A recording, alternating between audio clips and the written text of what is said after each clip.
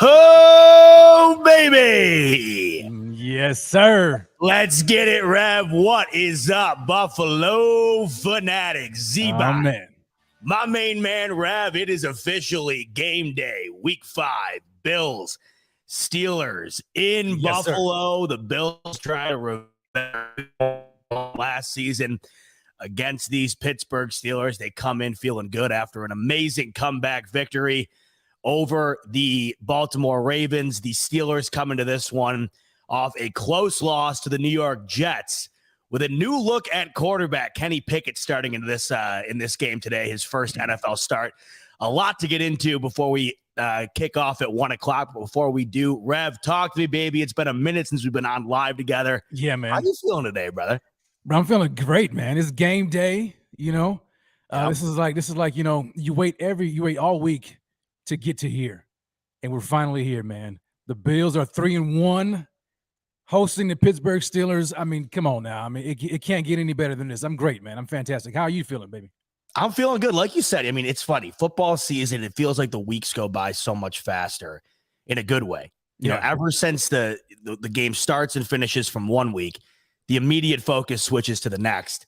And that's the best part about it. Because Sundays typically, when football isn't going on, you wish it was. And now that we're here, it's a continuous cycle of waiting to the next one. And when you have a team like Buffalo, as good as they are right now, and, you know, like it gives you something that you just can't wait to get another taste of every week. And in a game like this, Rev, those heavy favorites. My question to you before we start breaking this down, obviously, you know, in the beginning of the year, you have the huge game with the Rams, right? You have a big Monday nighter against Tennessee, a lot of animosity between the Bills and the Dolphins going into that game. And then, of course, the Ravens, 2 top teams in the AFC. Today's a bit different. The Bills are extraordinarily heavy favorites. How do you feel going into a game like this compared to the other ones? Are you less excited, more excited, or is it kind of in the middle? I mean, I'm excited, right? I mean, I'm excited every week we get to play, but the spread is kind of weird, man. It's wonky. It almost makes me a little concerned that it's that big. You know what I'm saying? Like, if it was closer, I mean, the Bills are known for blowing teams out, but here the past couple of weeks it hasn't been like that. So we've been playing tight, close games, and then when you look at the circumstances surrounding our team, of course, with no excuses, but I mean, injuries again are plaguing this team early on in the first half or first quarter of the season so far. And so it gives me a little bit of room for pause, or not really pause, but just a slight concern. And so, but nevertheless, I mean, we have Josh Allen. I mean, I'm as excited as ever. And I think that we're going to handle business today. I felt like I was a mile away from everybody, so I'm trying to move very far, man. I was like, dang, come here, come close. Yeah, it felt like I was in a cave, and you were like, you know, where you should be. So I'm trying to maneuver. I'm a little closer. I'll move a little closer in a second. Yeah, I know I brought my gear home because I was so here's the breakdown for those who obviously don't know. We just found out. So our main man, Rico, he was supposed to go to the game today. Now, Rico lives in Nova Scotia, so he isn't able to just, you know, hop in the car and send it to the game like I am. And I know Rev isn't able to do that. What's crazy is the majority of the Fanatics are not in anywhere of a remote location to be able to go to a Bills game based on the distance. I'm the only one for the most part, me and Ev. So Rico, right, he gets the opportunity to go to a game today. He's got a friend who hooked him up with some tickets. And last night, right, he gets ready to hop on his flight, and they cancel it on him. So I brought all my gear home because I was supposed to do not only the pregame show, but then I was supposed to do Rico's postgame show because he was going to be at the game. Now he's not at the game, so I'm hoping he joins us. I told him, I go, Rico, when stuff like that happens, man, you have got to get on here and blow some steam off because I know damn well he's got. I know he's mad. Dude, well, I know he's mad. Think about it from your perspective, right? I mean, that's your situation pretty much from the distance, and then like getting the flight canceled on you, man. Come on. Yeah, I can't imagine. And so, like, because I was looking for flights, man, and I heard that the airlines are kind of wonky, man, with these connected flights and stuff like that, and you just run a high risk of flights getting canceled on you. And so I'm like, No, yeah, I don't. I'm already paying a lot of money, almost $1,000, just for a flight. And so for it to get canceled on me like that, yeah, no, I would have been extremely upset. So I know Rico's feeling it right now. I know he's got to be upset. That's why the Bills got to get a W for him today. And that's where we get into this one. Bills Steelers. We are about an hour 15 away from kick. If you woke up this morning, you were treated to some early morning football over in London. Actually, the first time a European game has taken place where both teams have a winning record, and it's actually a pretty good game. The Giants, I think that they're one of those teams, throughout the years here, every year has one. They're one of those teams where they're not particularly good, but you can't overlook them. Now, the Steelers, to bring it back to the Bills, the Steelers are not good this year, but based on their track record throughout years and years, I mean, of course, they're one of the most, storied franchises in the history of sports. Right. You tend to give the Steelers the benefit of the doubt when they're struggling the way that they are currently. My suggestion, though, Rev, and this is where I want to start. I want to start with the tale of the tape here because you think of the Steelers, and despite their record and despite their quarterback situation and how young they are, there's not a whole lot of talent on that team. TJ Watt hurt. I think like the Patriots in years past, like we do, Rev, we tend to say, well, it's still Pittsburgh. They beat us last year. Or, oh, well, it's New England, and we know what's happened in the past. But I want to break down the tale of the tape here, Rev, and I want to kind of paint the picture for everyone as to why the Bills are 14-point favorites. Because as we were just alluding to a second ago, you were like, hey, man, that's a lot of points. And that's exactly how I feel. Right. And anytime you see a spread like this, first of all, it's very rare. In the NFL, you rarely ever see this discrepancy in a point spread. I mean, this is massive. I saw somebody yesterday on a podcast I was listening to, and they made a great analogy, and it's completely accurate. A 14-point spread in the NFL is about equivalent to a 40-point spread in college football. That's how massive this is. So essentially, the way that this game is being looked at in Vegas's eyes and the public's eyes, this is essentially, Rev, like Alabama playing like Idaho State. This is the way that this is being looked at. And at first you want to say, yeah, I get it, right? The Bills are really good. The Steelers are struggling, but that's a lot of points. Rev, I'm going to break down for you right now. Go ahead. The reason why this game is so heavily favored in the Bills' direction. For starters, not only due to the fact that it's at home, but when you take a look at the difference in statistics between these two teams, you clearly understand why the Bills are supposed to run away with this one with ease. The Bills are number 3 in total offense, number 2 in passing offense. Despite their struggles in the run game, they're 12th in rushing offense, and they're number 5 in points per game at 28.5. So anything that really matters to this Bills offense, in the rushing, to me, I rule it out. It's just something that's not predicated, towards victory when it comes to these Bills. But even so, Rev, they're still number 12. You flip it over to Pittsburgh. Their total offense is 30th. Their total passing offense, 28th. Their rushing game, which is supposed to be their strong suit with Najee Harris, 23rd. And that stood out to me the most, I think, Rev, because you think the Pittsburgh Steelers would have a better running game than the Bills. Yeah. Not even close. And then points per game, Rev, 24th. They're averaging about 18.5 a game. So then you think, okay, well, let's flip it over to the defensive side of things. Maybe things can even out there. It gets even worse. The Bills are number 1 in total D, number 1 in passing D, number 3 in rushing D, and number 2 in points allowed.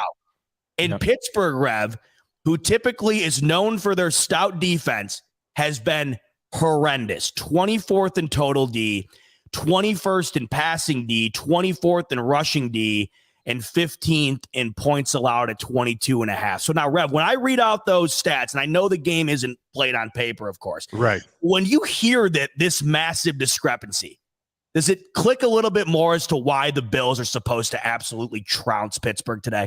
Yeah, well, definitely. I mean, when you just look at the numbers, it makes sense. It does make sense, right? And it's massive. It's a massive discrepancy. And when I look at it, I'm like, dang, this is heavily, and I mean, there's no wonder why it's in our favor. But but my only reason for I guess a slight concern with the spread is that all of this was Mitchell Trubisky. This was pre Kenny Pickett, right? Now, obviously, Kenny Pickett is still a rookie quarterback, and he's going to have to face against a Leslie Frazier-led defense that's ranked, top 5 almost in every statistical category that you just mentioned. Not to mention 5th in sacks. so but he gives them a different spark. We know he's not Mitch Trubisky, so he's gonna air the ball out.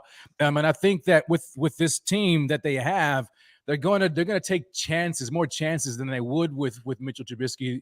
They're not going to be as conservative. I think that we can expect to see Kenny Pickett to actually air it out and test.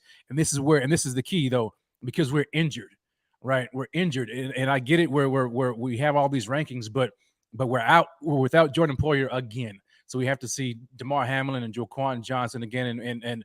And granted, the scheme, when you look back at the Miami game, they fared pretty well, right? Outside of that one large play that they gave up to Jalen Waddle. Sure. But the Steelers, and I would say this though, they have weapons though, so they have Deontay Johnson, who's a very good wide receiver.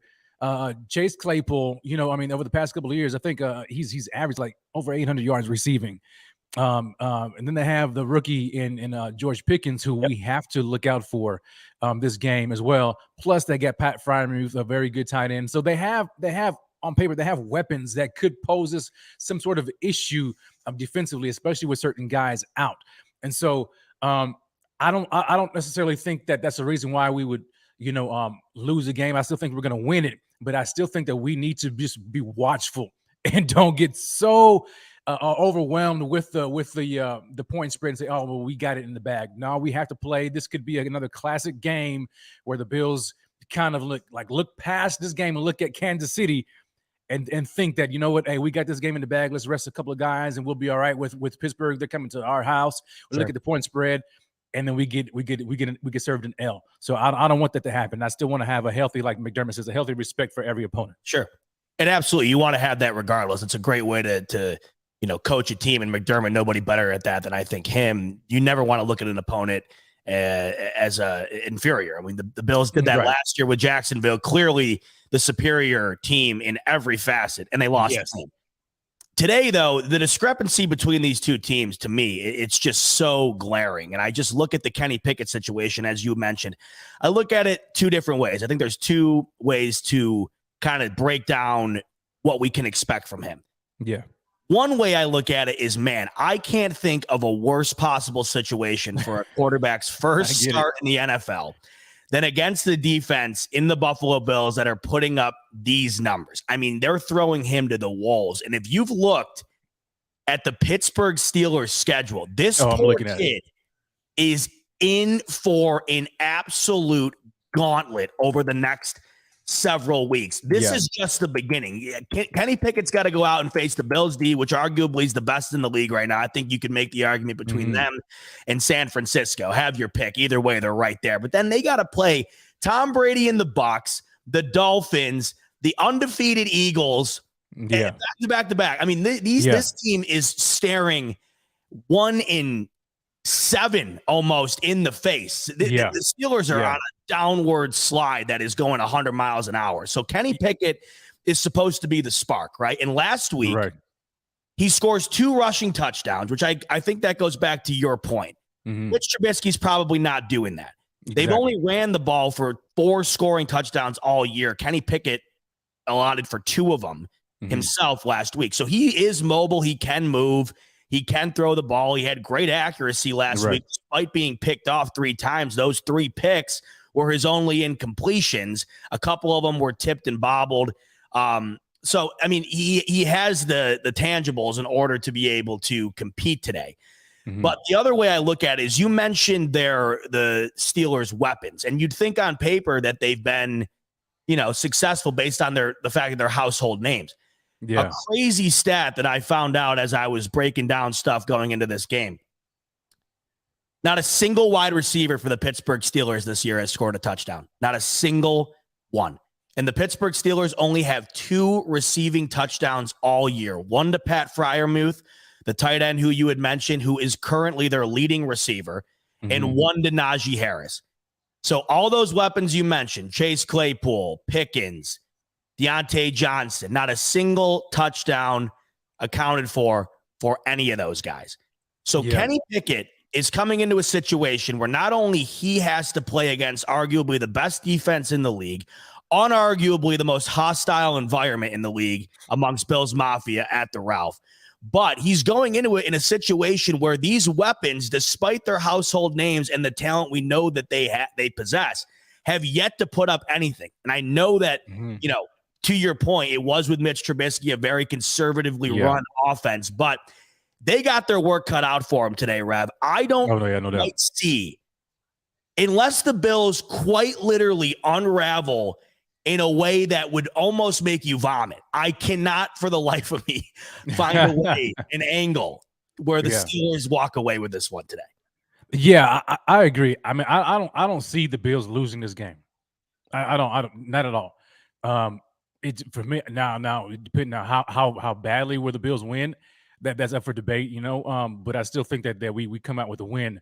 But in Tomlin's defense, I mean, he had no choice, right? He had to make the switch. And I was talking last week on my show with a good friend of mine, Steven Searless, who's a huge Steelers fan, and I was asking him, I was like, "Yo, is Tomlin throwing him in the wolves? Like how could he make Kenny Pickett's first start be against the Buffalo Bills, one of the top ranked defenses?" And he said, "Look," he said, "Rev," he said, "Man, when else is he going to start him?" You just rattled off the schedule. He's like, "Man, they got the Bucks after you guys, and then the Dolphins, and then the Eagles, all top defenses. So there is no good week to start them. Either it's now or never." And so they're looking for a spark. And so I think he's going to create that spark. Now, again, my thing is he's going against a Leslie Frazier-led defense that really doesn't bode well for a lot of rookie quarterbacks. I think we're going to confuse him a lot, and we're going to cause some problems for him in that offense. But I will say this, that we should just at least be ready for a different type of a game with Pickett in the lineup as opposed to Mitchell Trubisky. I still think the Bills are gonna win this game, as long as because we have our offense, right? We know, we saw the inactive list, we saw the injury list, right? The guys that are going to be missing. That was my next thing, yes, for sure. Yeah, and so big names on that today, Rev. Yeah, big names. I mean, we've got Jordan Poyer out again, right? Tremaine Edmonds. That's a huge one today. Huge on defense, right? We already kind of expected Christian Benford to be out, right? But Edmonds and Poyer, two key components of the defense that are going to be out, and they're both leaders of the defense. Tremaine Edmonds, the leader of the front seven, but I would argue that Jordan Poyer is the emotional leader of the entire defense. You have two of those guys out today going against these weapons. It could be, a day where they might, speaking of the Steelers, see some success. I don't know who's going to be playing in Tremaine Edmonds' spot. I don't know if it's going to be Dotson or if it's going to be the rookie Terrell Bernard, but you have to hope that there's not going to be a lack of communication in the back end today, because this would be the day where we do not need that happening. And so, yeah, those are two key inactive. Keep running around. I'm going to zoom my camera, and I'm getting a little sick and tired of how damn. Go ahead. Keep rolling, baby. Yeah. So when I look at these inactives lists, again, I'm not concerned, but it does kind of make me tilt my head to the side a little bit. I wonder how the Bills are going to be able to fare against this team with these offensive weapons. Granted, they're not performing as you would expect on paper, but nevertheless, they are good players. And so when you have key guys out like a Tremaine Edmonds, who takes away the middle of the field with his range, covering linebackers and some receivers in the short routes, and then you have Jordan Poyer, who's the leader of that entire secondary, out again. If the communication is lacking, there could be some moments within the game where we see some lapses, like we saw against the Dolphins, where Jalen Waddle escapes it for a 40-yard pass. You don't want to. Chase Claypool, I know he hasn't been playing well, but he's a burner and he's a big receiver. George Pickens is a big receiver. Deontay Johnson is a speedster. And so let's just hope that the communication does not go lacking across the defense when you have these two key leaders out. And then when you look at the offensive side of the ball, you got Isaiah McKenzie out. You got Dawson Knox out. Again, these are key weapons. Now, I would say that, Dawson Knox being out, I mean, he hasn't really been performing this year, so I don't know how much we could really miss him.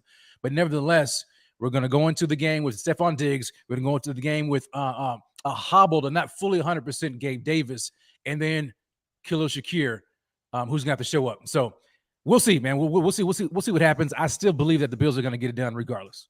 You know what's a crazy thing that as we talk about these wide receivers here, Rev, and you're rattling off the options with Knox out, McKenzie out, and you're saying, yeah, we got Shakir and we got, Davis and whatnot. Crazy discovery that I think that a lot of people don't. Oh, good God. If you can hear me, I'm getting a phone call on my damn phone. Is that what caused you to freeze? The lady, she I think if it were up to the old gal, she would talk to me 25 hours of the day. And that's just because she loves me. It's because she loves me, Rev. She loves me. That's a good thing, man. You want someone who loves you. Doing the show right now. We got to carve out an hour. Then we'll talk after. Love you, Carol. You got to communicate. Exactly. That's on me, though. I got to say, hey, I got the show. I'll talk to you afterward. Yeah. Exactly. The point I was making, Rev, and I think that this shocked me, so I'm assuming it might not be a very well-known stat because I didn't know until I kind of went digging and started writing down the numbers. Yeah. Guess who the second leading receiver is on this team right now? On the Bills? With this current lineup, with McKenzie out, and Knox out, guess who the second leading receiver is coming into this game today? Devin Singletary. Devin Singletary currently is the second leading receiver amongst this active roster today. 17 receptions on the year, which is more than McKenzie. It's double Gabe Davis, more than double. 141 yards and a touchdown. We have noticed, Rev, with this offense, and I love this, and I wish to God they would honestly do it more. I understand that they can't because you need some semblance of a run game. But this is what I wanted Dorsey to do in the offseason. Look at there she is. She knew he's got to be somewhere. I got to find that guy. Either he's avoiding me or he's online. He better be online. Yeah, she knows. What I wanted, Rev, I wanted that short game. We had talked about this a lot. You, me, Rico. We had talked about the things we wanted to see from Dorsey. And to me, one of them was utilizing the short field, get Allen the ball out quick, and utilize the guys with speed in around the line of scrimmage to move the ball down. Yeah, right. Singletary has done just that, and it has supplemented the run game to the nth degree. I think if you look at his numbers, they're not because the offense is predicated around getting the ball to Singletary. It's because that is their run game. I look at that and I see the guys out, and I see, McKenzie the year he's already been having, Knox the year he's been having. It doesn't bother me as much in a situation like today, where not only has Pittsburgh's defense struggled, but in a situation where you are missing one of your top receivers, a guy like Singletary has really been a cornerstone for Josh Allen early on in this season. Yeah, no doubt. I mean, and who would have thought that it would have been that Motor would have been the second leading receiver on this Bills team this year? Crazy. Ridiculous, especially when you look at the guys like Gabe Davis and Isaiah McKenzie, Jamison Crowder, Khalil Shakir. I mean, you did not expect that out of Motor, and the back that you really thought would be the one getting some of the reception targets would be second round draft pick James Cook, who hasn't been doing much of anything so far this year. And so, but that is encouraging that Motor can be relied upon like that. I wonder if it's the way that defenses are playing the Bills now. And Josh Allen is just really just taking the cheese. He's just taking whatever he can get and dishing it out to Motor Singletary like that out of the backfield. But it is a good outlet that Josh has, and a reliable outlet. Yeah. I just don't want to see that going forward. I want to see more production out of the receivers not named Stephon Diggs going forward. A lot more to break down in this one, including the pass game, the quarterback situation, our final predictions, a lot. But hey, we told you a little bit of a prelude of the story that happened to our main man. And I think he's about to join us right now and tell the world himself. And we got to hear it from his mouth, because this guy should be at the tailgate right now. And he's not. But guess where he is, Rev? He's on the BF virtual tailgate. And we're going to bring him in right now. You already know who it is. Hey. You're in good spirits. I love it. We already filled the fans in on the sitch, but we didn't give them the first-hand encounter. So talk to us. What the hell happened? Well, listen, guys, I was actually looking forward to this game because I was like, I haven't been back in Buffalo in a minute. Yesterday, I'm about to go and hang out with my man John Formicello, and I feel real bad because I was going to be hanging out with him, his family, his kids. He's been watching and supporting BF for so long. He's like, my kids have been watching me, watching you, and we'd love to experience this Bills game with you. And I was like, man, that's actually really freaking cool. I get to connect with, you know what I'm saying, people that have been viewing us for so damn long. So anyway, so I made sure that I took a late flight, so I'm not disrupting anything. I can just get off the flight, drive in. Let me just explain to you. So I live in Halifax now. I'm in Nova Scotia, right? Before, when I lived in Ontario, it was just a hop, skip, and a jump. I'd drive down there, and I'm across the border. Now you got to flight arrangements, rental arrangements. You got to do all those things, right? So anyway, I jump on. I go to the airport, and I was like, okay, so waiting for boarding at 10 p.m. So like nothing. I was like, normally they'll say, hey, we're going to start boarding flight such and such. And I'm like, I got nothing. I'm like, okay, maybe my music's too loud. Let me just bust my thing like this, right? So like 10:30 hits. I'm like, we're supposed to be in the air by this time. I'm like, what's going on? So I start walking. Nobody's making any movements. Nobody's making like a stake. Oh, like, no. Did I miss my flight? Or did I miss a delay? So I start walking and I'm like, nobody's panicked. So then finally, this is what we get. Hey, excuse me, for flights going to Hamilton, flight such and such is going to be canceled. Have a good night. No way. That's it. That's it. So I'm like, nah. And I'm pissed off right now. So I'm like, wait a minute. Doesn't make any sense. I'm pissed and I'm confused. So, but nobody's making a stink, but they're just looking at each other, right? What's happening? Huh? What's happening? So everybody's on their phones. So I'm like, wait a minute. So this poor young girl comes in. They always send some girl that has no idea what's going on. Oh, yeah. That's her first day at the job. Hey, get out there and earn your stripes. Hi, everyone. Sorry about this whole mess. It's just that there's maintenance issues. Beg your pardon. Maintenance issues. Right now, that's when you want to. Wet jet ran out of fluid. We had to land. Maintenance issues. So we're like, so then this head honcho lady comes in. She's like, hey, folks, here's the deal. You guys can't stay here, but if you want to get answers, you got to go downstairs to the desk. Everyone starts heel-toe express to the desk downstairs. So we get to the desk. Nobody's giving answers. Of course, they have another lady. It's like, hey, guys, sorry, but you're going to get an email that tells you that there's a voucher. Voucher. The minute I heard voucher, I'm like, okay, something's up. So voucher comes on and she goes, I want to see a refund in CAD. My goodness. Right. There's going to be a voucher. You can go stay at a hotel. Luckily, I live like 15 minutes away from the airport. So I was like, I ain't going to hotel number one. But I was lucky enough that I was going to say, which hotel? I'm going to stay there tonight. I don't give a damn. I would have ran up a bill. Wait a minute. So they're going to give you like a free flight that you'll never use? No, they didn't even give you a free flight. So what they told you was we're rearranging to get you a flight. So I'm thinking, okay, maybe the flight will be like 5 a.m. or 6 a.m. or something. So I can kind of still manage and try to get through the border and do all that stuff. They're like, oh no, the flight won't be here till like maybe less than 24 hours. I was like, okay, so I'm missing the game. No, I'm missing the game. I'm like, hey, where's another flight option? So I'm looking at all these flight options, $600, $700, sure. 700, like not even worth it. I'm not doing it.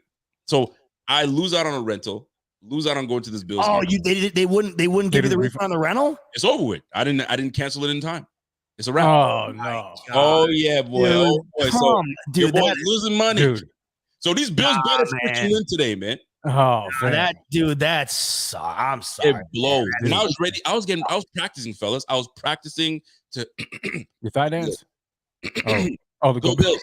I was practicing. I was getting ready to like. Rico would have had like 12 beers. He would have been the guy in the line that gets the Bills chant going like the 9th or 10th time after everybody's been done with it all day. I was ready to really celebrate with everybody and just yell, "Go Bills!" Oh man, there. Hey, I was ready to do it. You was ready. There's always a guy in line who is not even on this planet by the time they're scanning tickets, and he'll do the shout chant for at least 30 minutes straight. No way. And you just get to the point where you're like, dude, I would literally give my life for this team, but I can't do another shout chant, man. I'm going to pass out. Here's the worst part. The shout chant usually engages like 12 people, and they're all off beat. And they're looking at you like, are you going to do it, man? Are you going to do the shout chant too? Dude. The worst was when I was in Tennessee for the Titans game last year. And the whole city of Buffalo was there. But like every time you saw someone that was from Buffalo and Bills gear, you had to do the shout chant, which is great when you're there on Friday. But when Sunday rolls around and you've, been in the heat and you're drinking, Yep. I got to save it for the game, But hey, save it for the game. I know. There's levels to this stuff, Lesson learned is to if I'm going to a Bills game, I'm just going to drive my black ass 18 hours and try to get into Toronto and go through there, or I'm just going to just go a day ahead. Screw it. One day ahead, and then call it. I got to tell you, at least they were prompt. And even though they didn't seem like they were very kind about it, they got you out of there. Me and my best buddy, Nals, we were going to a Dave Matthews show last year. Same thing happened to him. We were going to Denver. I'm already there. His flight gets canceled. But you want to know what they do to him? They order everybody a sheet pizza as a sorry. Hold them there thinking they're going to get another flight. They hold them there for 3 hours, Rico, just to tell them the flight's never coming. No way. So the big sorry was a slice of pizza like they're in a first grade Halloween party, and then they kick them out of there 3 hours later. So at least you got to get the hell out of there and get it over with. Dude, that's terrible, that's man. how I felt, man. And I made some buddies yesterday because they're like, wow, how do you have all this restraint? Why aren't you losing it? I know you are handling it well. I would have been so pissed. I ain't getting arrested tonight. That's for sure. You know what I'm saying? I gotta show it. That's true. Dude, how far is it? How far are you from Buffalo? If to fly or drive? Drive. If I were to drive, I'm looking at listen, for me to get from here to Ontario, it's a 14-hour drive. Oh dang. Alone. Mind. If I get to Quebec, then I gotta drive down to Toronto, then Toronto to Hamilton. Oh, dude, that's gonna take me 20 hours to drive. I might as well just get myself an RV and just make it a thing and just leave on a freaking Thursday and make it a good time. But I ain't doing that. I get no space for that. No damn RV. All right. Well, I mean, hey, if things couldn't get any weirder, by the way, the Giants just took a 27-20 lead over the Packers. So there's a lot of weird stuff going on. Flights getting canceled. Brian Dable and the Giants about to go to 4-1. Who the hell knows? Is something weird going to happen today, Rico? I got Rev and I were talking about the discrepancy in this game. And I think the big thing that stands out, and I've used the word discrepancy. I think that was my 77th time this morning using it because there's so much discrepancy between these two teams from a skill level standpoint. Yeah. The one thing I think that sticks out the most today for anybody when they look at this game, it's the 14-point spread. And Rev and I always do that when you two are with me. It's Rico, Rev, Rico. I got the R's going like crazy. I got you. Rico. Rev and I were talking about all the differences between these two teams statistically, and it's like the Great Wall of China between these two. Yeah. You look at the 14 points today. Now, say you had a free bet. Are you saying, oh, my God, every dollar on the Bills winning this by 14 plus, or do you envision a different type of game today? I envision a different type of game today. I don't like this 14 Here we go. I'm not about it. I like these spreads. These spreads are nonsense. It's BS. Like, how many times do we have the Patriots have I think I remember seeing the Patriots one time 17-point spread on the Bills. And I was like, how disrespectful is that? I can't do it. Now, I guess they covered it. I think we did. I hope we did. Deal with this Steelers 14-point spread. We're going up against a quarterback that we don't have any film on. That's number one. Right? Yeah. We knew if it was Mitch Trubisky, I'm taking that. Kenny Pickett is a little different. Kenny Pickett is a little fiery. He's got a little bit of cockiness to him, right? Mm-hmm. And he's got a great rapport with George Pickens. And George Pickens is going up against our young DBs in Dane Jackson and Kyer. And he's a rookie as well. But NFL young boy, he's a little different. Right? So he's Kenny Pickett has formed a relationship with him over camp. So you're going to see a lot of that. Just last week, he had 8. It was his first 100-yard game. And guess who's throwing to him? Kenny Pickett. Right? Mm-hmm. Kenny Pickett, what did George Pickens do? He had 6 receptions for 100 yards off of 7 targets. So Kenny Pickett, although he threw 3 interceptions last week, he was completing 70% of his passes. And his throws were 9 yards a pop. So he will throw downfield. Now we don't have Jordan Poyer. And we saw what happened to us when we didn't have Jordan Poyer. There was big plays that Miami threw all over us, right? So I'm not saying that we should be scared of the Steelers. Not at all. We're going to beat the Steelers, but it's going to be closer. And let's not forget, and it's not just about Kenny Pickens. It's about Mike Tomlin. Mike Tomlin is, he knows his former teammate in Sean McDermott. So he's well aware of how to slow us down. He did it the first time, right? And the Steelers beat us. Now they had TJ Watt that was wreaking havoc against us. However, he he's a very good coach, so he's going to slow us down. And how do you slow us down? Take away the run. Don't let them establish the run. We're going to take away that, or actually reverse that. Excuse me. Keep everything in front of us and force them to run because they can't run for shit. So that's what we're gonna do. You want them to beat us. We're gonna keep everything in front of us, and we're gonna let Devin Singletary, James Cook, and Zach Moss let them have a field day, which they won't. We know they won't. So that's how he's gonna keep it close. And if you keep it close, well, they got a chance. I think you're giving them too much credit, honestly. I think, and I understand, and I'm glad you're saying this because this is the exact conversation Rev and I had before you hopped on. It is exactly like New England. When this team is really bad in Pittsburgh, it's hard to say that they're just flat out bad because of how good this franchise has been forever. It's the same thing with New England. And that's how I have a tough time breaking down my thoughts on New England all the time, because you constantly have your previous thoughts baked into whatever you think. I think it's the same thing with Pittsburgh. Yeah. I understand your thoughts about Tomlin, and everybody always says he's a great underdog coach. It's like the big thing. It's like with Belichick, and it's always like, everybody always saying that he always beats the rookie quarterbacks. Like there's always like these narratives that every coach has attached to him. In this one, I understand completely what you're saying, and I do think that anybody else coaching this team would get far more blown out than Tomlin would.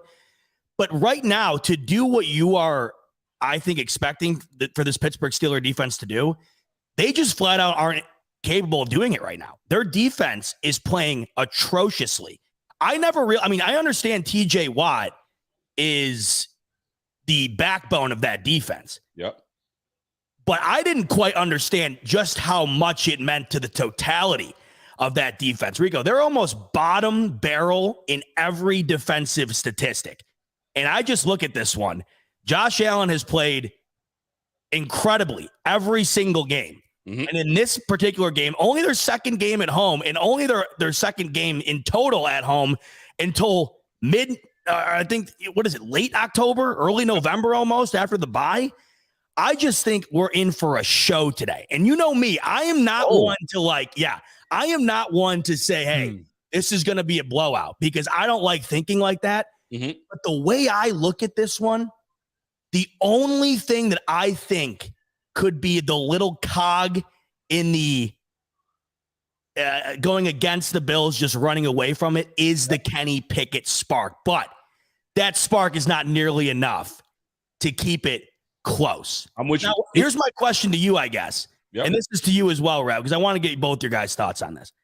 You're saying close, and I understand where you're coming from, because, hey, the last 2 weeks, the Bills have showed us these games should be close. There it is.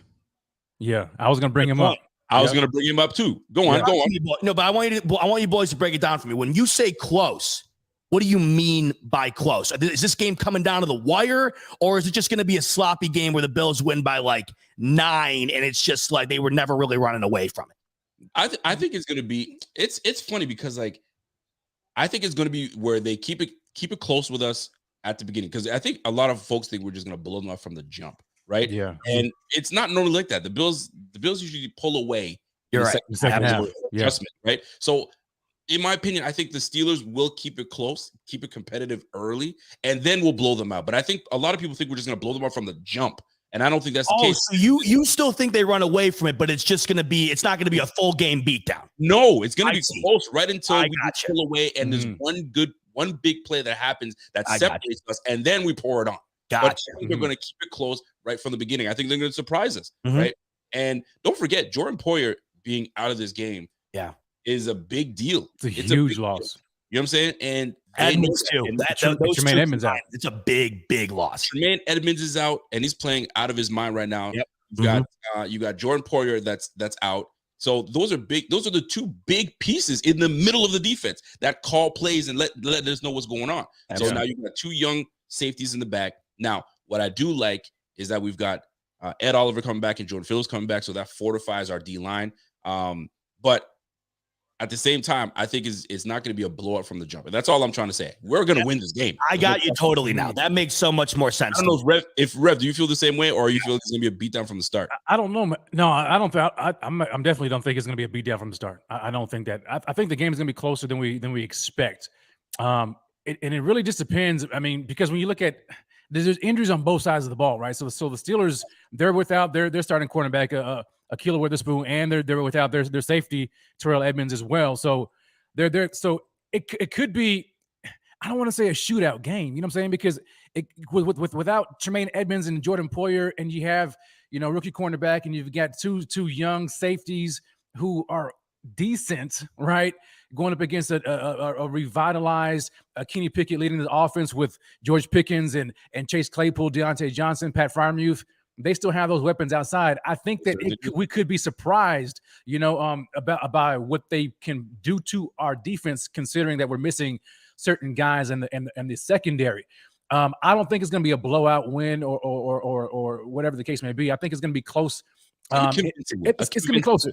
Yeah, a convincing win. Yeah, I don't know about that. Blowout, but a convincing win. Yeah, I would do like a 7-10 point victory for the Bills. That's kind of where I'm leaning. Jacoby Brissett and the Browns beat this team by 12. You don't think the Bills can do more than that? That's my question to you, Rev.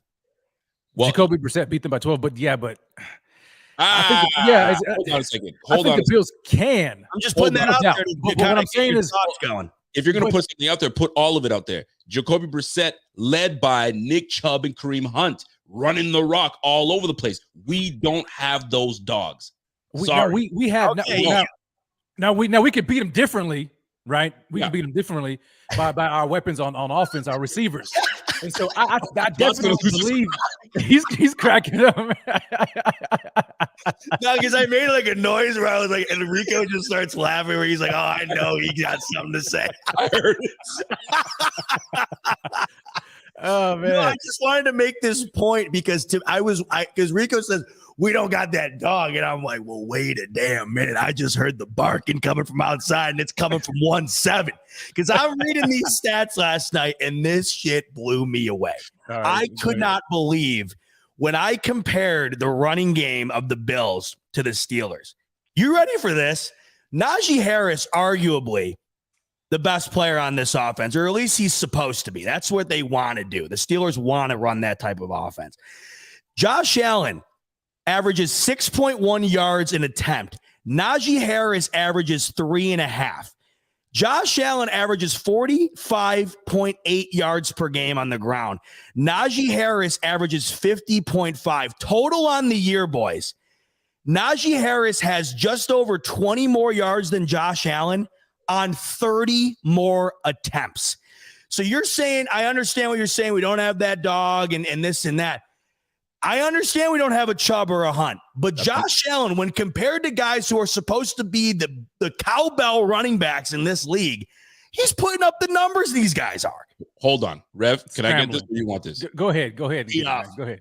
Listen to me. How dare you compare the quarterback to the running back? Yeah, spit that out. Come on. I will do it all day. This guy, are you not looking at the numbers? I'm looking at the numbers, but guess what? When you're the quarterback, you got guys, their backs are to you. So you have that advantage that you can. Josh is scrambling.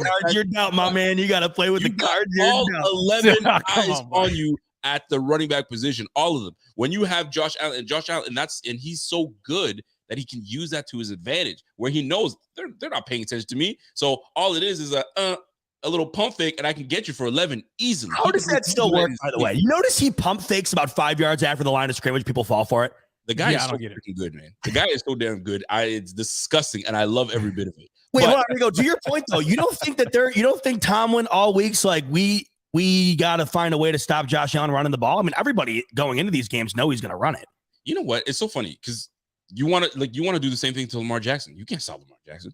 He's going to run if he wants. He still had 70 last week, even though they did a great job containing him. He's going to run if he wants to. If Josh Allen wants to run for 100 yards in a game, he can do it if he wants to, right?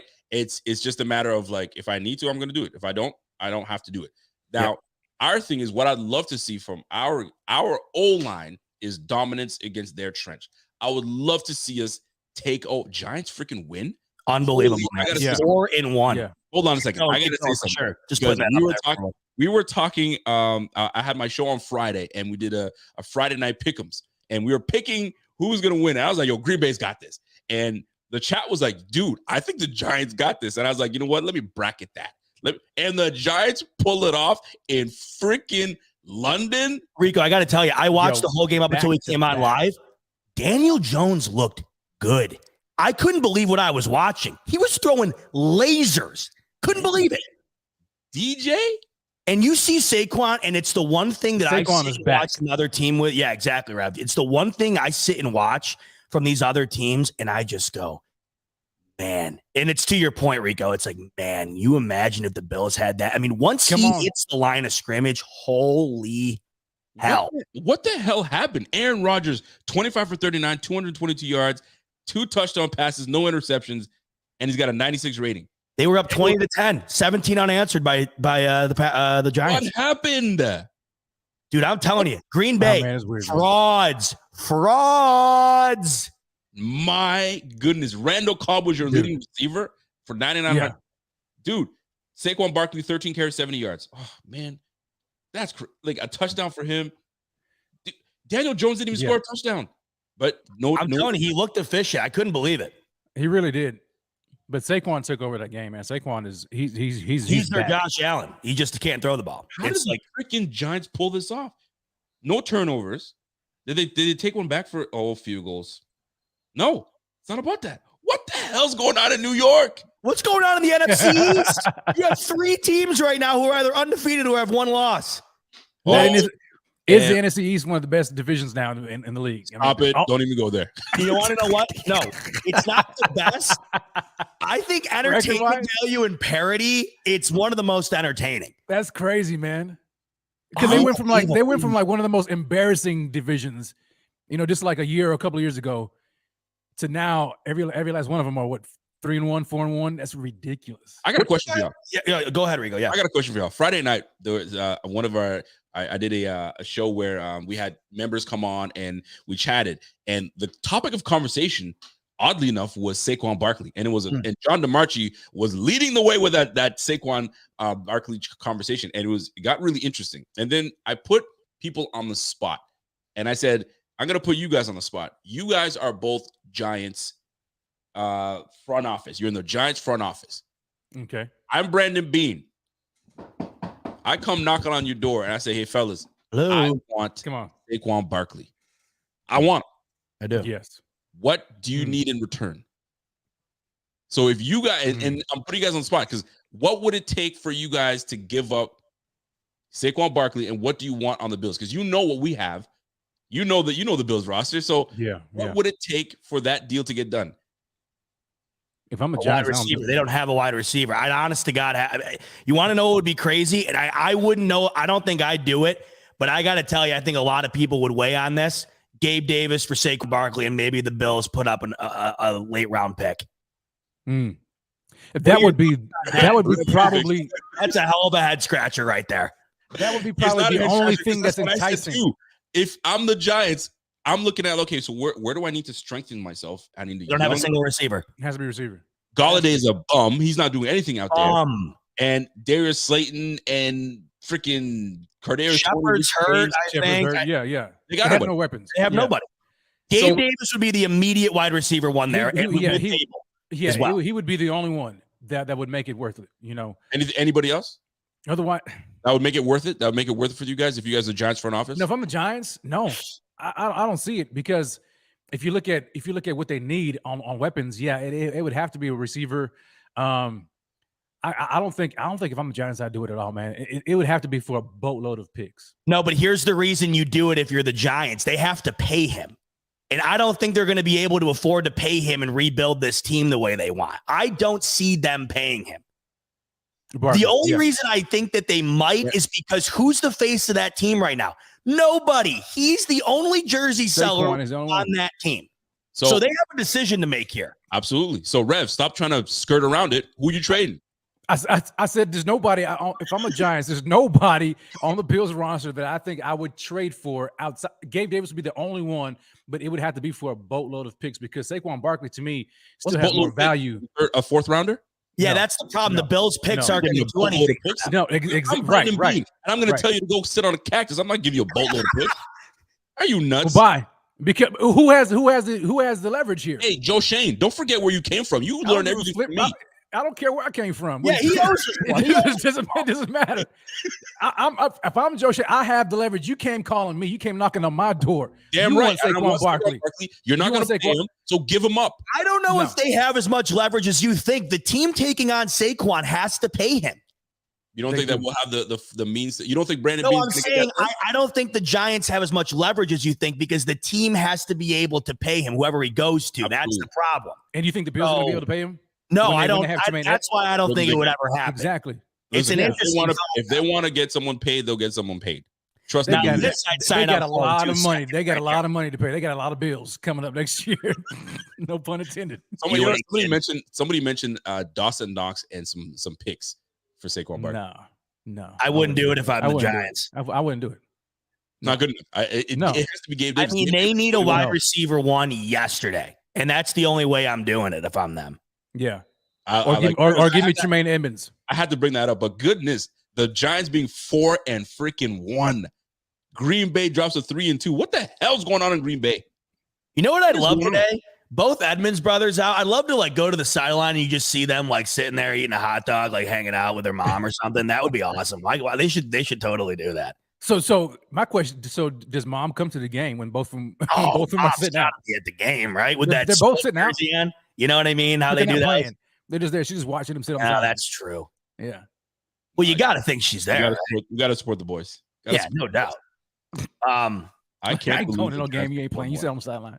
I got a question for you boys. Another big game today that, might not look great on paper, but it could be big in the grand scheme of things as far as the division's concerned. Your thoughts, Bridgewater taking over for the Dolphins today, going up against the Milfanadas, Zach Wilson, interdivision. Jets coming off a win against these Steelers the Bills face today. What are your guys' thoughts on that interdivision contest? Listen, I have that's going to be a snooze fest. Listen, on Friday's show, guess who they picked? The crowd picked the Jets to beat the damn Dolphins. The Jets. How about that? Showing some Give me that. Give me all of that. Yeah. Man. I would actually like to see that. Teddy Bridgewater is not a bad quarterback. I mean, you saw him took over for Drew Brees and actually did very well. You know what I'm saying? Yeah. So he's not terrible. He's not a bad. Listen, a lot of folks thought that it was going to happen regardless. Tua was going to get replaced by Teddy Bridgewater. That's why he went to Miami because he's like, I'll just wait. Like Tyrod Taylor. Tyrod Taylor goes places knowing that he's going to get a shot. But this guy's got to be the most unlucky player ever. Jeez. I know. You're right. He got hurt the second he went out there last year. My goodness. Gets his head blocked off, and now he's sitting on the sideline. Shit. Anyway. Miami is no worse. Miami's no worse today with Teddy Bridgewater than they were last week. No worse. Now, I don't think. Well, you let Kev talk about it. He thinks it makes them more efficient. It could. With Bridgewater. I think Teddy Bridgewater is going to give them a shot, and I think he's going to have these guys playing well. Once you get warmed up, once you get under center, and you start to get familiar with your guys, and there's a bit of a swag with Teddy Bridgewater. They like that swag. Teddy Bridgewater. Yeah. Tua gives me more Russell Wilson vibe. You know what I'm saying? Not a lot of whole swag. That ain't a good vibe to have right now. No, you don't want that at all. Oh my That's God. Right. I got to tell you, that was some of the worst anything. I'm talking movie, TV, game, anything I've ever watched in my life. I'm glad I didn't see it. That oh my God. God awful. I was flipping burgers, man. Terrible. Even Al Michaels. Was it Al Michaels? Was it Al Michaels? He was killing me. He was like, what was he saying? I didn't hear. What did he say? He didn't shy away from telling us how terrible the game was. This is awful. And that's why he is the GOAT. He was ripping on that game from the jump. It was amazing. Oh my gosh. Rev, I know you asked what he said. There was a one-liner where So Kirk Herbstreit goes, well, you got to think it's going overtime. And Kirk Herbstreit goes, well, you got to think somebody winds up winning this game. And now Michael goes, well, not necessarily. Yeah. I'm telling you, man, the way that game was going, man, it could have ended in a tie. And we were like, wow, you got to be kidding me. I even made a joke. I was like, man, send this thing to overtime, will you? And they went to freaking overtime. You've got to be kidding me. Russell Wilson, listen, man, Richard Sherman lost his ever-loving mind. Oh, my God. Yeah, he hates Russell Wilson. Run the freaking ball. Run it. Why are you throwing it? Now, I'm gonna give an olive branch. I'm gonna reach an olive branch to Russell Wilson because last play of the game. Well, for you to win this game, if it's Josh Allen and it's the last play of the game, who is Josh Allen throwing to? Probably Stephon Diggs.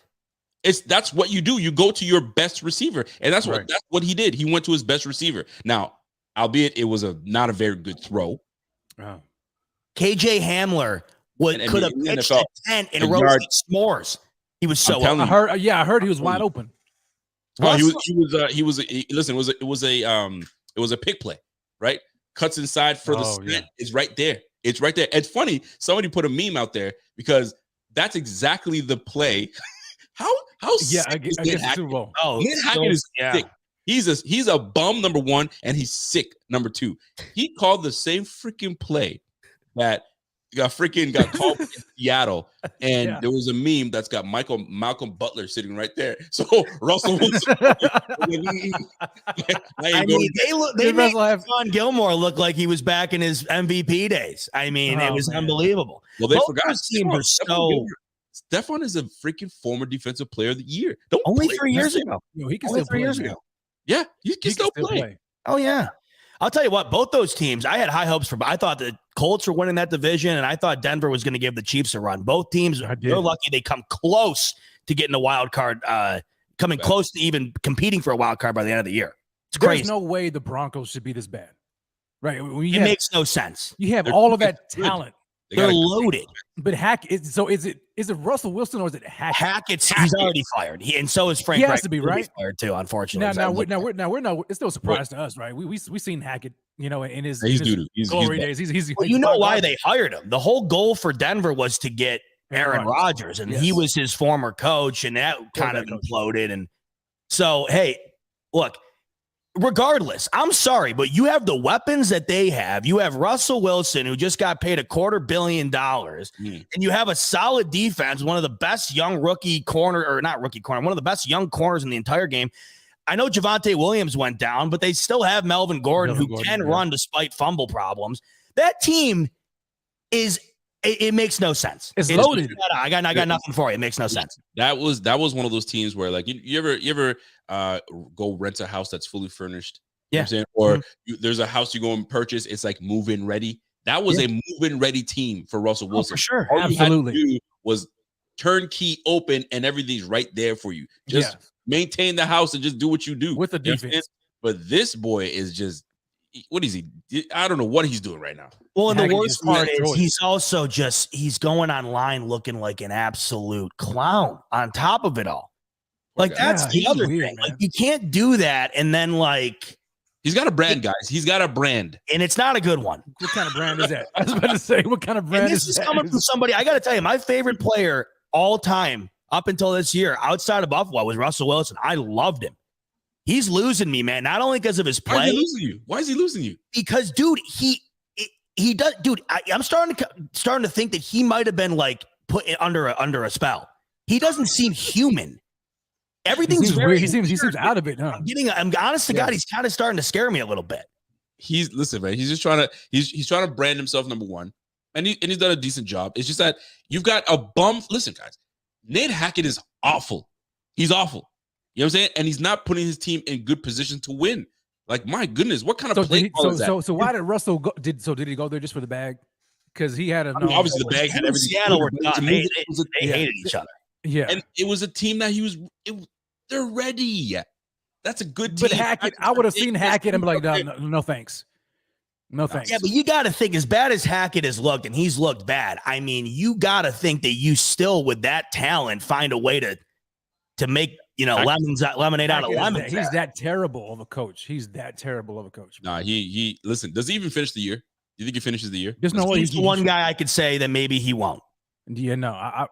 If I'm Denver's organization, I'm cutting them. You got to remember, they're newly owned this year. The Walton family, the richest owners in the league. They're not wasting any time. I guarantee you that he could easily be the only coach fired in season this year. And I think They're not making the playoffs. So Yeah, when you pay that kind of money to Russell Wilson like that, today, the Jacksonville Jaguars today are better than Denver, and that is insane. And we thought the AFC West was going to be right. Holy. And guess what? It's the same song and dance. The Chiefs better than ever, and the rest are just fighting to stay alive. That is terrible, man. Speaking That of is unbelievable. I'm not trying to go too much on the Chiefs, but there's a matchup predictor that had the Chiefs at an 86% chance winning. I was like, Tonight or tomorrow night? This is for next week. It was just something that I was just looking at. Like, 86% chance. 86. I was like, damn. I'm really interested to see how the Raiders always play them tough. Tomorrow is a big game for them on a short week going into Buffalo. I'm glad the Bills have the situation they do this week because that's a tough back-to-back for the Chiefs there. The Raiders have looked good this year. They've lost 3 one-score games. They got over the hump last week. Yep. Tonight's a big one as well. You got Ravens-Cincy. That's going to have huge playoff implications. That will definitely have huge implications. Yeah. Listen, Ravens is going to be a big one. You've got who else?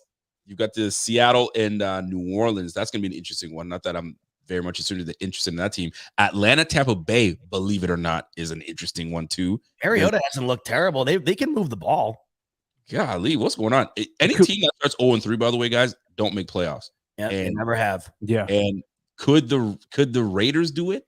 They could. They could do it. I think the way that they lost those 3 games, it's not like they came out and looked terrible. They lost 3 close games. I think 1 or 2 of them, they completely blew it. I think that they have a chance not only because they have the team, but also other teams in the AFC that I truly thought were going to be right there, like the Broncos, like the Colts, perhaps even the Titans. Yeah. It's just not happening. So I think that they got a shot for sure. Chris 716 says, yo, they got the best wings on the south side of Buffalo, Rico. Wherever you come to town, I'll show you around. I'm not sure where my man Chris 716 is talking about. Well, you better be talking about Barbell. We already know we had that experience. We already know. With sour cream. Now, Chris 716, if you've been to the Arby's on Transit Road by any chance, because that. And you know what? I was, and that's funny because after the game, I said, I don't give a damn what happens. I'm going to drive my black ass to Arby's, have myself a beef cheddar dog. I would have lost my shit if you sent a selfie with you with a double beef cheddar after that game. Listen, and I would have said, where's my guy Z-Bach? He's supposed to be here with me having a freaking cheddar beef burger. But hey, it is what it is at this point. Celebration at Arby's. I'm telling you. So, hey, when 20 minutes left here, boys. Yeah, go ahead, Rico. I want to go around. I want you guys to talk to me about exactly what you think happens today, but go first. And what I'm going to also do is I'm going to do a pick-ems with you guys. Oh, I love it. I love it. We're definitely got to do that. So here's the deal. For this game, it's a game that we need to win. We're home. Okay, that's number one. Protect our dirt. You can't let the Steelers come in and take us. Right. We're going up against a rookie quarterback. Sean McDermott has a good track record against rookie quarterbacks, so it should continue. It showed us Leslie Frazier, right? This is an opportunity and my man Jeff B was fiery. You guys should have saw the show on Friday. He was letting it rip. He said something that got me kind of fired up, and he says we've got to find a way to commit to running the football. You know what I'm saying? Try to find a way to commit. Right. And show that, okay, let's try to get something going because we're going into the colder months now. Let's try to find a way to commit. So hopefully we get to see something out of Devin Singletary, Zach Moss, a whole trio of running backs out there. But most importantly, we're going to be tested with Tremaine Edmonds being out and also Jordan Poirier being out. So these young bucks are getting in to get a little more experience. Now, Matt Milano he's going to have a tough task because he's now going to be that guy. Right. Tyrell Dodson, I believe, is going to be the one that's next to him.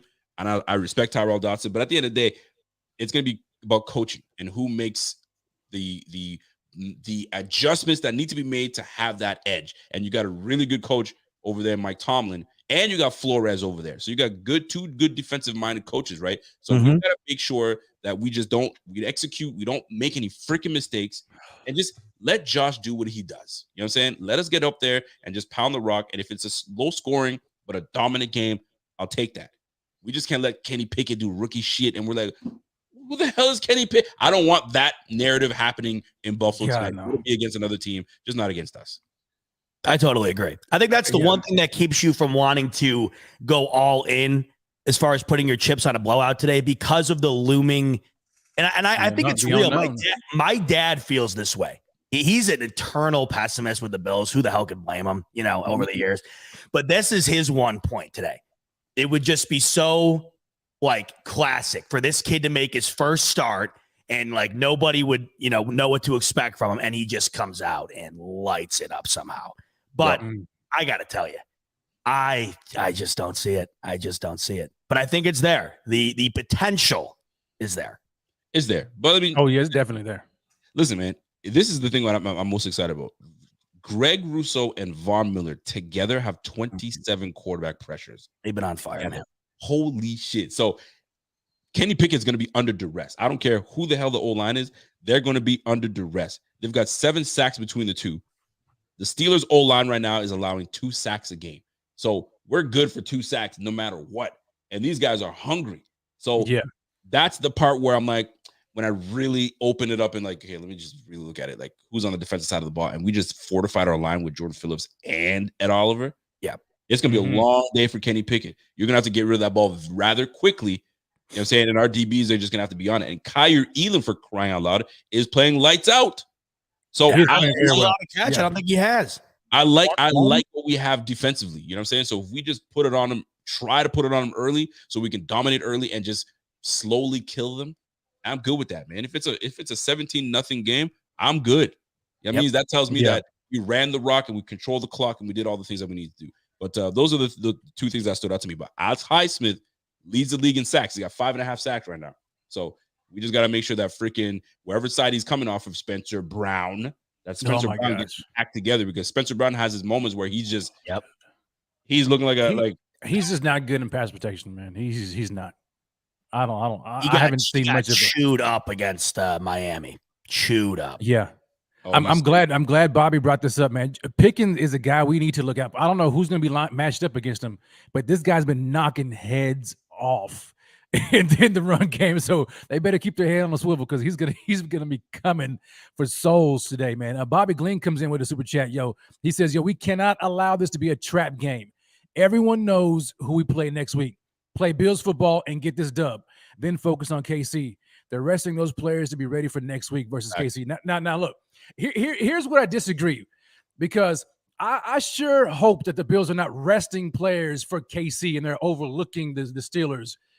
Because if that's the case, and I would like to think that McDermott is smarter than that. If that's the case, then they're going to be in for a doozy. As we like to say, they should not be resting anybody overlooking the Steelers because they got KC next week. Forget that. If the guys are healthy enough to play them, because you don't want this to be a trap game. You want all your guys to be playing at 100% regardless, right? But nevertheless, man, I think the Bills run away with this game. I just don't think it's going to be as big of a blowout as we're expecting. I gotta say, Rev, I think I would much rather have a fully healthy Poyer and a fully healthy Edmonds in the KC game than a potentially good to go Poyer and Edmonds today. Well, so yeah, you know what I'm saying? If they were on the fence, I am more happy with the decision made today than I would be. I think today, if it was KC, maybe you see one of those guys on there potentially. That's the way I see it. You have an opportunity today, I think, where you are more likely to make the decision to rest them than you would if the game was against another opponent. I totally agree with that. And by the way, I had to bring this up: fries with mayo and garlic powder. Oh, that sounds good, man. That sounds. Listen, Rev, I can see you hooking that up. Rev is like, I don't know about that garlic powder. Well, Rev makes that special sauce though. Yeah, I've got special sauce that includes mayo and it includes garlic powder and some other things. So there you go. You're already it ain't too far off base. And some other things. I would just add some other stuff. And a little bit of that special sauce. He's like, I ain't just stopping at that. We got a super with it from who we got? We got Andrew. Can anybody pronounce the last name? Andre Stachniuk. I like that. What's that? I think it's Stachniuk. Ooh, nice job. There we go. Yeah, I like that. That's hard. Andre, I think it's Andre actually. Yes, Andre. Andre, if Bot pronounced your name exactly the way it's supposed to be, kudos to my guy Z-Bot. All right. If you didn't, don't say anything because I tried my best. So Alan, he says, listen, Andre says Alan is ready. Alan is always born ready. And here's and do you think Alan is? I'm glad we bring this up because now we're starting to get into it. Is Allen having to do too doggone much for this team, for this offense? Because for me, I'm like, dang, man, we back to this whole running back issue, running game. Like, at what point is it enough for Allen? At what point does he? I wouldn't say break down, but at what point is he like, you know what? I need some help in this long season. We can't continue to expect him to win the game week after week after week and then turn it up in the playoffs. We need some other guys to help out. Let me He'll never say it. let me ask you guys a question, okay? Can you picture, usually when a player that knows his worth, that says, I want the ball, you know what they do? They go on the door and they knock on coach's door and be like, dude, I want the ball more. I want to be able to contribute to this team. Let me have my opportunity. Dogs do that, right? Do you see Devin Singletary, Zach Moss, or James Cook knocking on McDermott's door and saying, hey, coach, can I talk to you? I was hoping. No, and I think it's also infinitely harder when Josh Allen's your quarterback, too, because what's the answer going to be? It's going to be no. It's going to be easy, no. Yeah. Get out. No, but honestly, though, it comes to the point where you got to knock on your door. You got to go to your offensive coordinator and be like, dude, this is where I know I can help. Let me be like, focus on me. I want to be able to take the burden off of my quarterback. Let me be that guy. Trust me. You know what I'm saying? But these mother effers got to show it, goddammit. Like, they're not showing enough. Show it. Before you knock on that door, check yourself. You know what I'm saying? Show me what you got. Now, if you know that you can do something, this is where you got to talk to coach and be like, all right, fam, you know I can do it, man. Devin Singletary is the prime person that can do it. Let me have more touches. You'll see. Motor can do it. I think it's the scheme of the run game, man. Because when we saw last week in the second half, when they finally got this athletic offensive line and moved them in space, pulled them, stretch zone, then we started to see Motor break away some of those runs. But if you continue to act like these guys are some big hog molly maulers going forward and hand the ball off to Motor up the gut for -2 yards, or Zach Moss up the gut bouncing into the back, they're not going to do it. If we can get them in space, pull Mitch Morse, pull Deion Dawkins, then I think that we can see the run game perform better. Do you know how many carries Josh Allen has this year? Yeah, I got it right he here. He has too many. How many carries does he have this year? 30. He's got 30 carries? Singletary has 34. So there you go. 34 to 30. My goodness. Yeah. It's the quality. I mean, he's a RB1. I mean, it's just the truth of the matter. Now, I will say this, though. The one thing that I am encouraged to see, which is disappointing in a way, and I think you guys will understand what I mean by disappointing. They've actually added more to Devin Singletary's plate in catching the football out of the backfield, which I'm encouraged by. So that's how they're getting his touches. But that wasn't supposed to be his role.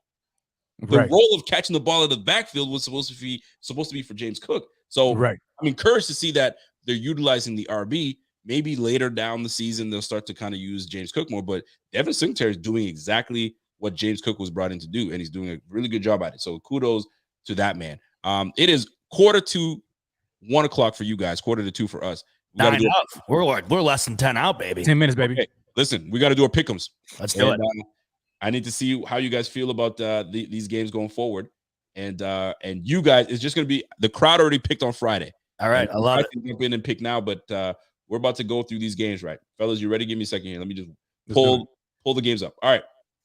Pittsburgh, Buffalo.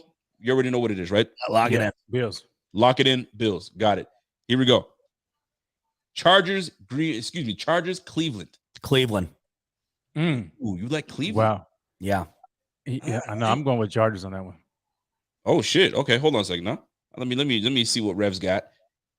So you got Buff. Obviously, you guys both got Buff. All right, and Rev, you got Cleveland? No. Bob's got Cleveland. Oh, Boss got Cleveland. Sheesh. They do have the number 2 ranked defense, though. Chargers have had a rough time just completing a full game. Chicago, Minnesota. Minnesota easily. Yeah, I agree. Okay, Minnesota. Here we go. Detroit, New England. That is going to be a good game. Detroit. I got the Lions. I got Detroit. Yeah. Did you skip over Jacksonville? Number 1 scoring offense, number 32 scoring defense. How insane is that? The Detroit Lions. Isn't it crazy? Unreal. If they muster a defense, my goodness, they could be unreal. New Orleans, Seattle. I'm gonna go with my man Geno Smith. Seattle. Okay. Geno. Miami, Jets. Miami. Did you skip one, Rico? No, I don't think I skipped one. Houston, Jacksonville? No, we'll get there. Oh, okay. Take it easy, big fella. Take it easy. I'm looking at a different screen. Yeah, you are. Yeah. All right. Atlanta, Tampa Bay. TB. I'm gonna go against the grain. I'm gonna go with Atlanta. Oh, I like Ooh, that. ATL. Okay. I would love to see that. Yeah, me too. You might, because these two are 2-2, man. And you know what? It's Tampa Bay's home. So we'll see what Mariota's got up his sleeve. Who we got? Tennessee, Washington. Tennessee. God, Washington's a dumpster fire. They are pretty bad right now. You got Tennessee, Ref? Yeah, I got Tennessee too. I'm gonna go ahead and take them. All right, Tennessee. Houston, Jacksonville. Jacksonville, man. I'm high on them. They look good. You guys are in on Sunshine? Yeah. Oh yeah. Good for Doug Peterson, man. I just, oh God, they deserved something after Urban Meyer there. They did. Here we go. Baker Mayfield and Carolina head to gross. San Francisco's heading to Carolina and Baker Mayfield. Who you guys got? I don't know if Baker Niners, man. scores a point in that game. You don't think he's what? Not only do the Niners win, I think that could potentially be a shutout. Oh, you know what? That's a bold statement. I like that. Yeah. I like that a lot. Shutout, but meaning like 9-0. Yeah, honestly, God, literally. Listen, I would tune into that game for $1 million. Put some respect on freaking Jimmy G's name, man. I think he gets a little too much flack. I love the guy. I don't mind him at all, man. He's a legend, man. Dallas Rams. This is gonna be a good game. That is going to be a good game. I'm going with Cooper. I'm going with Cooper Rush. Me too. I picked the Dallas Cowboys. And the Dallas pass rush, because that Rams O-line is terrible. Listen, and Cooper, listen, I'm gonna say it. Rev's got his pick. Bot is the I'm not sure. So this is where I think I'm gonna try to get Rev to pick Dallas here. Trayvon Diggs is big hit or miss, right? But he's a traveling corner, so he will be all over Cooper Kupp, and it's gonna force Stafford's bum ass to look other places, and he doesn't like doing it. Yeah, so Allen Robinson, the big old guy who Dallas's D is unreal, especially in the pass. Absolutely. But then you got Aaron Donald, you got Jalen Ramsey against Cooper Rush. Cooper Rush hasn't thrown an interception all year. Who you got? I'm gonna take the Rams close, but Dallas is gonna give them a great game. I agree. Oh, who are you picking? Dak lost his job. Rams in a close one. Oh, you got the Rams. Okay, Rams in a close one, yeah. And Johnny Blaze says Dak done lost his job. You saw that, right? Red, you got Dallas? That. Yeah, I got Dallas. You got Dallas. All right, here we go. Philly, Arizona. Philly, I'm riding that Eagles train, man. That is that's a unit, that team. Some people are talking about Philly. Philly is a fraudulent team because they haven't played anybody. And I know some people meaning Rev. I'm gonna go against the grain. Yeah, Rev does not believe in the Eagles. I'm not, man. They haven't played anybody. They haven't played anybody. No, yes, but they have looked on both sides of the ball like one of the more complete teams in the league so far. I understand they haven't played that top unit yet. Arizona upset. I'm going with Arizona. What the hell does Arizona have that you like? No, yeah, that's the thing. They're not. I mean, they don't have anything, like you said. What do they got? They don't like the run game's all right. John Connor's okay. They got Hollywood Brown. Cliff Kingsbury's seat is engulfed in flames right now. Absolutely. Anyways, I got Philly, and I guess my man's going against the grain. He's going with Arizona. Cincinnati and the Baltimore Ravens. Baltimore's at home. Yeah. Baltimore at home. Yeah, Baltimore in a big one here. I think that you look at this game. I think the Ravens have lost 5 straight at home. They have looked incredible on offense throughout the majority of the year. And tonight's a huge game. If they lose, they go to 2-3. And that is not a 2-3 team. I think they're better than Cincinnati. It's a high scoring game. And I think the Ravens get it just by an inch at the end. I'm going with the Bengals in this one. It's a coin flip to me. I could see it. Yeah. The way the Ravens defense has been playing, I can see this game getting out of hand real quickly with Jamar Chase, T. Higgins, Tyler Boyd, Joe Mixon. Yeah. So you're going with Cincinnati. I'm going with Cincinnati. Yeah. I picked Cincinnati as well. Cincinnati. I think the receiver. Who do you want to win that game? Just out of curiosity, as far as playoffs are concerned, is there somebody you're rooting for in that one? I'm only rooting for the Ravens. For the Cincinnati because I have Joe Burrow as my quarterback for fantasy. I see. Yeah, I think either way, win or lose, both quarterbacks have a day tonight. Night tonight. That's what I think. I think it's gonna be interesting. Yeah. Here we go. Well, we already saw that bullshit game, Indy against Denver. Oh, that's it, folks. Oh, and last one, KC, Las Vegas. KC. It's hard to pick against KC, right? I mean, but the Vegas has been playing. They play them tough. I Well, totally Kansas City. understand anybody picking Vegas here. I totally get it. I think it's going to be a great game. I'm gonna go with them, man. I'm gonna go with the Raiders. I like it. You go with the Raiders? Well, Yeah, I'm right gonna now go with the Raiders. they have KC with a 64% chance win against this in this matchup against the Raiders. And listen, the spread's only -7. Spread's only -7, man. So I'm actually shocked it's that high, to be honest with you. I Really? might take the Raiders on that at +7. You like the Raiders +7, huh? Yeah. I don't see that being. Yeah, I do. Listen, They play tight. Max Crosby is it Crosby? Am I saying the right? Mike Yeah. Crosby? Max Crosby's he's a unit, man. You ever heard that guy's story? No.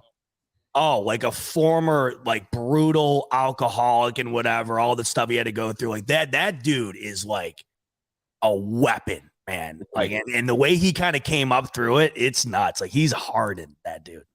They got Detroit with a 40. They got Detroit at +3. I'm taking that. I would take Detroit +3. I don't care what anybody tells me. I think we got to take our talents over to the television screen, boys, because I'm seeing some Buffalo Bills popping up on my TV. There we go, baby. What's up? Listen, man. I'll let you guys break it out because you guys started it. Let you guys break it out. Well, hey, I'm glad you hopped on, and I'm sorry you couldn't make the game today. That's absolute BS. But hey, it's going to make it that much better when the whole gang gets out there together. Yes, sir. I think that's what it's all about. You know what I'm saying? Anyhow, today, Bills, Steelers. I personally think that the defense is going to blitz more than they might all year. You got a rookie quarterback, and you have all of your starting unit on the front line available today. They're going to get after Pickett. So I got the Bills winning today, 38-13, an absolute mauling. Rev, your little prediction before we ride on out of here. Yeah, I got the Bills winning as well. I said earlier, I think it's going to be about a 7 to 10 points difference in favor of the Bills. I'm gonna go with Bills 31, Steelers 24. Okay, Rico. I know you gave it earlier, but remind me again.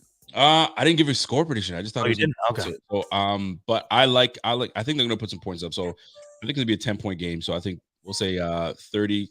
I'll say 25-15 or 24-14. Let's move it that way. 24-14. You gotta give. You know what? 27-17. 27-17. Because I got to give them a field goal in there and a couple touchdowns and some garbage. So 27-17. Fair enough. This has been the BF Tailgate. And thank you all so much for joining. That's Rev. That's Rico. And you can find Rico right after this one because he is going to be ready to rock. He's at home, unfortunately. And he's going to bring you the goods after the game, right? You are, of course. Sir, yes, sir. All right, I love it. Hey, everybody, enjoy the game. I'm hoping for a big-time W. And I know you are too. I'll be back with you tomorrow. Rev will be back with you on Wednesday. Rico right after the game. So we'll see you all then. But until then, enjoy the game. And as always, go Bills, baby. Where is that? I do this every time. There it is. Bye.